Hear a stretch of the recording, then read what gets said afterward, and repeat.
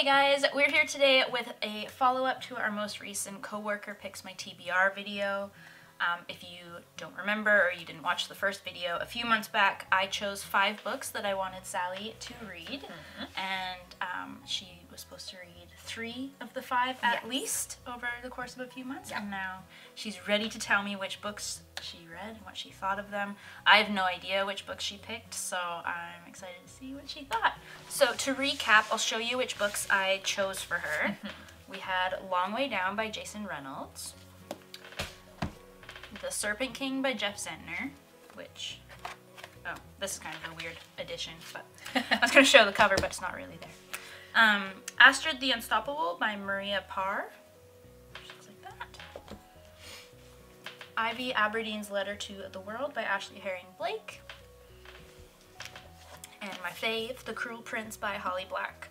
So some of these books were like really outside of your comfort zone, and some of them weren't. So I'm curious to see which ones you ended up reading. Yeah, I really liked the ones you chose for me because it was a mix of like middle grade, which was already like, you know, for work stuff that I should read, and then some YA stuff that I probably would never have picked up on my own, or at least like not for quite some time. So keeping that in mind, that's sort of how I approached this as well. Cool. So the first one I read was Long Way Down. Oh, nice. I really didn't know, I think I thought this was going to be something else than it was, and I was very pleasantly surprised. I'd never read any Jason Reynolds before. This is my introduction to him. Nice. And yeah, I knew that it all took place over the course of an elevator ride, but like what I thought in my head was very different than the execution in this. I thought it was incredible. I don't want to like give any spoilers. Yeah, it's hard. It's such a short plot.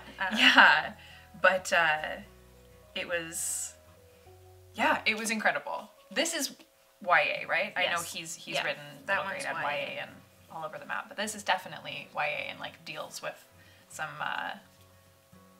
heavy topics, gun violence being the main one, but I would definitely recommend this. I keep seeing it crop up on teachers' blogs and things as well. Yeah, it's funny because I bought this book like the day it came out, or really shortly after, and now if you go to the bookstore and buy it, it has awards symbols all the way down it. Like they just almost have no cover left to add all the awards he's won for it. I would say very well deserved. I think like the way it approaches the subject and the characters that come across in this and stuff, it's like, it was just fantastic. And it's very cool to see it being used in the classroom setting as well. Yeah.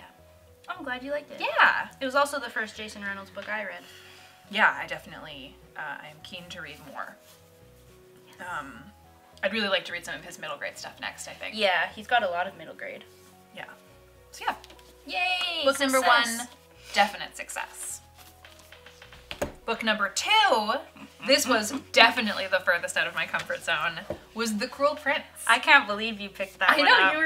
I couldn't totally keep a surprise from Karina because while I was reading it, I was like, I need to talk to somebody about it.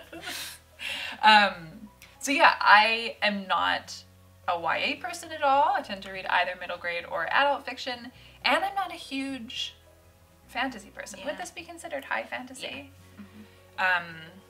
I've definitely, well, that's not quite true. I was going to say I've never read anything like set in a fairy world before, but one of the OwlCrate Junior books was a very different world, type but of fairy. Very different setup. Yeah.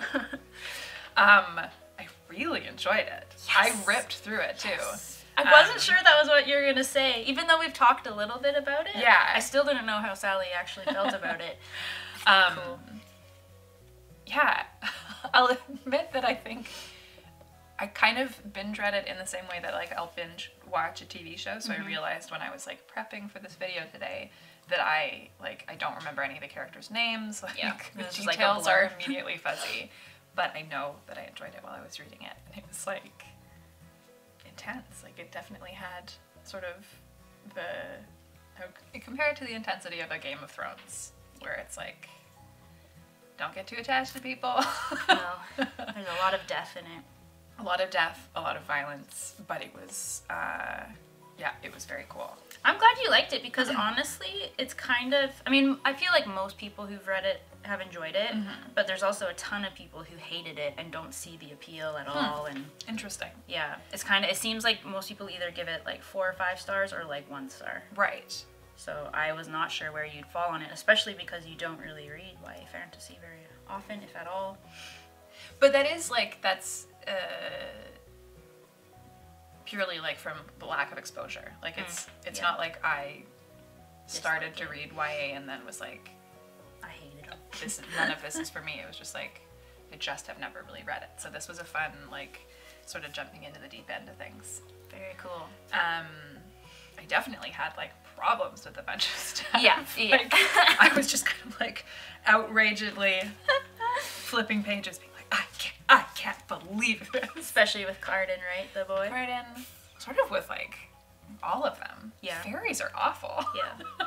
But yeah, I will definitely be reading part 2, and I will definitely be reading more Holly Black as well. I think. Yeah, I think this was my first. Yeah, this was my first Holly Black book too, and I obviously loved it so much. And now I'm kind of going back and reading her older stuff, and it's been really fun. And she's got lots of middle grade too. Exactly. So while I'm waiting for book 2 of this, I think Doll Bones will be my next one. Nice. I haven't read that one yet. We read it Oh together. wow, I'm so glad you liked it. I really, yeah, that's the one I was most nervous about. I thought that even if you read it, you might hate it. So that's really cool. That's why I picked it up, because Yeah. I was like, I can't not, with the amount that Karina talks about this book, I couldn't just be like, nope, not gonna choose this one. Well, and it's it's like you probably knew outside of this challenge you probably wouldn't have read it. So Yeah. that's cool. So there you go. Bravo. Another winner. And then my final one, which I just finished a couple days ago, was Astrid the Unstoppable. I loved this book so much. It's described as Pippi Longstockings meets Heidi, and that's like exactly what it is. It is set in the real world and does take place in modern times because there's like one mention of email, but other than that, like it sort of could be set anytime. That's kind of cool. Maria Parr is from Norway, so this was originally written in Norwegian, and has since been translated into 26 languages, which I think is so cool, but like it definitely has a real like Scandinavian vibe to it. Astrid is like this spunky little 9-year-old who is the only kid in her little mountain town. She has to like take a ferry to go to school. And she's just like sort of, oh, what do they call her? The little thunderbolt of Glimmerdal, which is her town. And it was just like so unbelievably charming. It made me laugh and it made me cry. Nice. And she also has like fiery curly red hair, so I could very much relate to her as a I think that's 9-year-old. why I chose it for you. Yeah. I was like, this looks like Sally. This was one I have not read or knew anything about. I think that was one that I just picked solely based on the cover. Yeah, you told me you just kind of randomly pulled it off the shelf. Yeah. But yeah, I think of the 3 that I read, this was my favorite. Just because it was like warm and cozy, and also like very funny. You probably needed this nice, positive, cozy book after reading those 2. Depressing, Harsh. very evil people. Yeah. You need something like that.